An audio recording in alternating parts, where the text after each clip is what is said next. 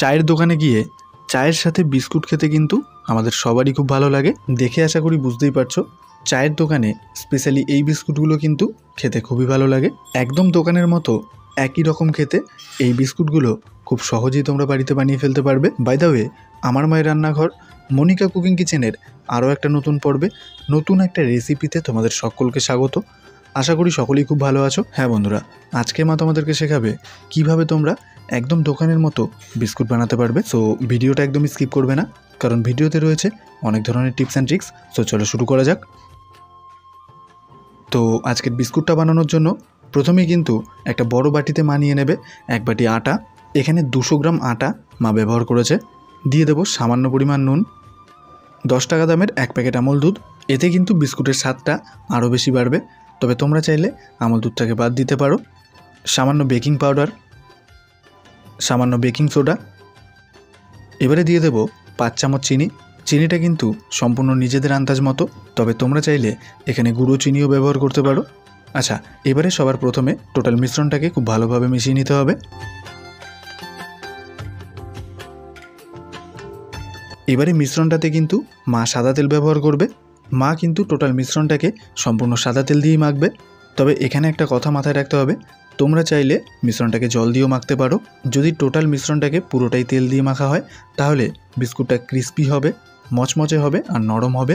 আর যদি তোমরা সম্পূর্ণটাই জল দিয়ে মাখো তাহলে কিন্তু বিস্কুটটা খেতে শক্ত হবে। তো তোমরা তোমাদের ইচ্ছা মতো যেটা খুশি ব্যবহার করতে পারো।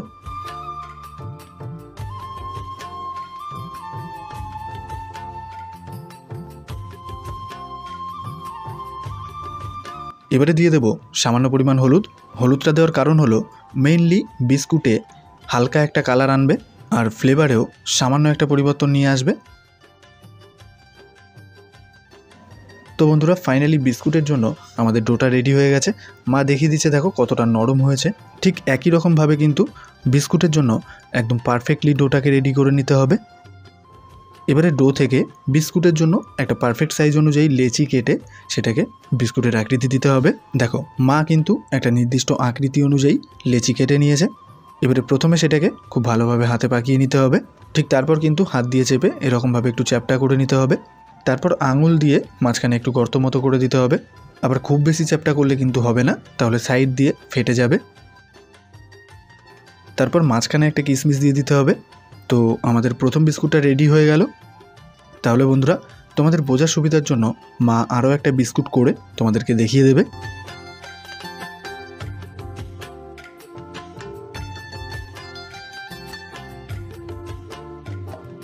এটাতে কিন্তু মা চেরি দিল।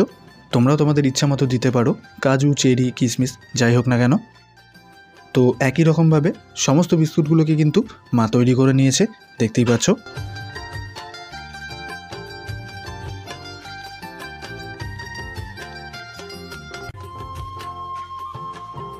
এবারে কড়াইতে স্ট্যান্ড বসিয়ে দেব। স্ট্যান্ডটাকে মা উল্টো করে দিয়েছে যাতে বিস্কুটের গায়ে তাপটা খুব ভালো লাগে। এবারে কিন্তু সম্পূর্ণ কড়াইয়ের মাপে একটা থালা বসিয়ে দেব। তারপর ওই থালার ওপর একে একে কাঁচা বিস্কুটগুলোকে দিয়ে দিতে হবে।